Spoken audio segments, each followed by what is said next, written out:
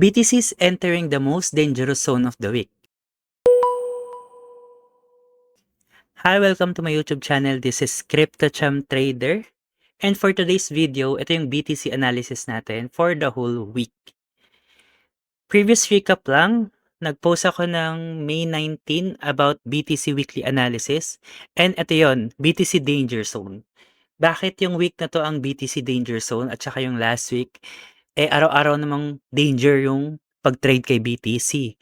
Makikita nyo dito na nag-enter kasi siya sa range natin sa higher time frame. And I will explain bakit naging danger zone to. Papakita ko sa inyo. This was posted May 19 and makikita nyo dito yung movement ng danger zone kay BTC. Punta tayo sa Watcher Guru. Dito makikita mo, Bitcoin reclaims $77,000 after President Trump says the US and Iran are finalizing a deal. Grabe, 77,000 USDT. Pero saan ba galing to? Galing to sa Bitcoin falls under 75K. And bago lang yon, $400 million yung liquidated sa mga naglulong. So tingnan niyo yung pagitan, May 23, May 24. Pagitan lang to ng isang araw. So ano yung magiging sentiment mo sa market kung ganito yung structure niya? Hindi ka pwedeng mag-short hanggang 60K, hindi ka rin pwedeng mag-long hanggang 100K. Ipit ka palagi doon, long and short, kaya siya tinawag na dangerous zone. So ikaw, ano ba yung position mo dito? Next, that's May 23 to 24. Nag-send ako sa Telegram ng short feed lang, Monday, May 25. Ayan, remember our major range area for BTC? Na-sweep na niya yung 75K, ito yon. And ito yon. So after sweeping the liquidity below 75K, a reaction is necessary. So syempre, kumuha yun ng liquidity. Makikita nyo to later. Madali lang to basahin kasi nasa range na si market and matagal siya mag-aantay dito. So medyo boring pero tradable siya. Pag sinabing medyo boring, hindi kasi siya magpapump ng sobra ng 60 to 100K. Magra-range lang siya pero tradable siya sa lower time frames, scalping and day trading. Okay? So, ito na yung full video. Nasa chart tayo ng BTC and makikita nyo yung range na ginawa natin dito. 1 and 2. Aalisin ko na lahat. Okay? So, by the way, explain ko muna. Itong color green, yan yung major base natin. In-expect natin beforehand na dyan magkakaroon ng sideways yung market kasi nga, i-sweep niya yung long, i-sweep niya rin yung short. So, kahit saan kang position dyan, sa major, pwede kang ma-hit ng market. Hindi ka kakabahan dito kung yung position mo kay BTC nandito. Kasi sobrang layo niyan. Pero sa mga pumapasok dito, ito yung risky kasi nga, pumapasok kayo sa middle ng sideways sa mga structure. So, lahat yan, sideways lang din yan. Ngayon, nagtapik si market dito sa 75K and reaction is necessary. Itong reaction na to, I would expect na pumunta si market around 78 to 80K. Ayan, tumapik na ba siya 78? Wala pa. So, 280K. Ayan, bullish yung candle, green lahat. Pwede niya engulf to yan, na-engulf na niya. So, na-invalidate na niya yung seller na to. And most likely, pag nag-create dito ng shift, mas magkakaroon tayo ng additional confirmation na si market, sweep ng shift, baba, tas akyat ulit sa 79 to 80K. So, ang bias natin for this week is bullish. Okay?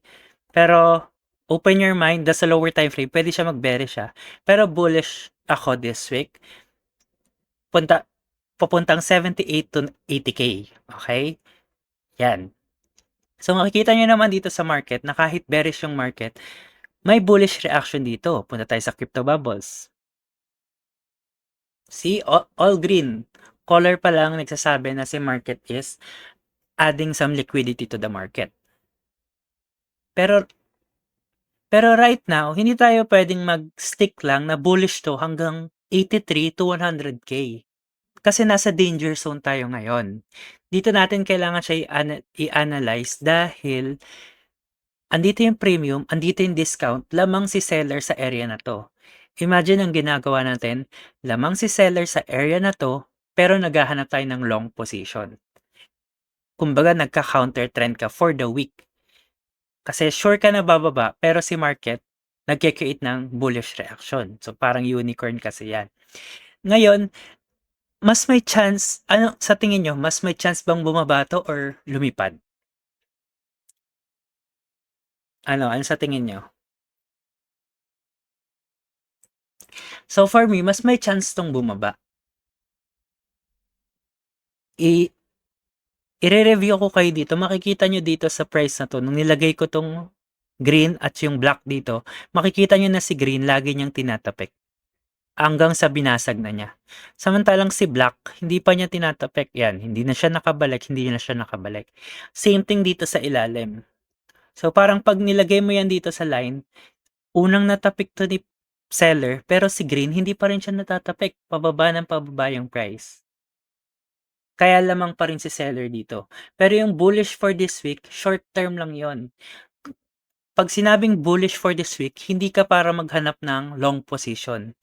Para mag-antay ka dito sa area na 'to to look for selling position. Kasi hindi ka puwedeng mag-sell dito, maiipit ka rin.